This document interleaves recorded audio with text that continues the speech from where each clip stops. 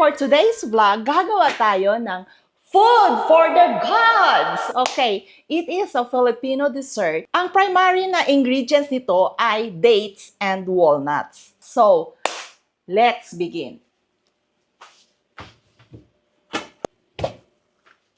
So, let's start by chopping these two ingredients. Kailangan natin ng 1 cup dates. I-chop lang natin ng maliliit. And 1 cup walnuts. I-slice lang din natin.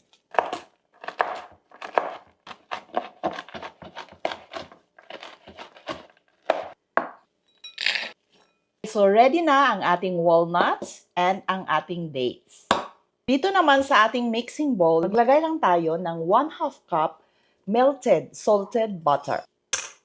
3/4 cup dark brown sugar. 1 teaspoon vanilla essence. 2 tablespoon honey.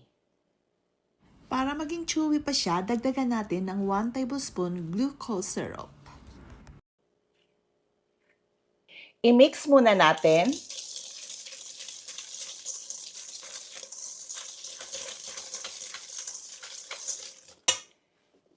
Mag-add tayo ng 2 large eggs.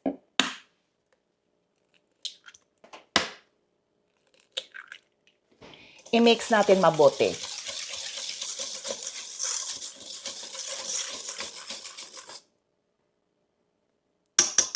Mag-strain lang tayo. 1/2 teaspoon baking powder.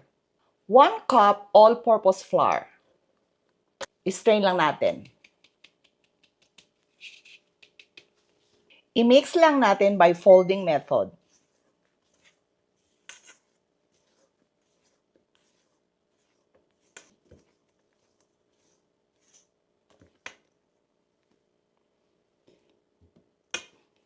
Idagdag na natin ang ating dates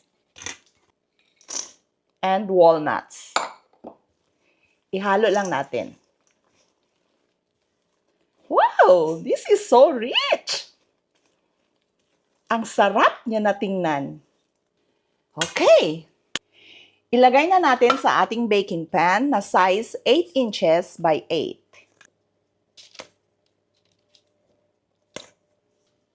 I-flat lang natin. I-bake na natin sa 165 degrees Celsius for 30 minutes. Ito na po ang ating food for the gods. So, ipalamig lang muna natin, completely palamig bago natin i-slice. I-slice na natin. Woo!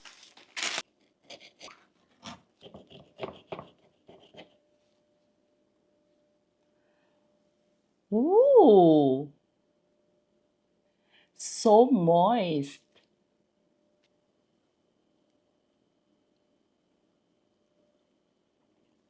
Sarap.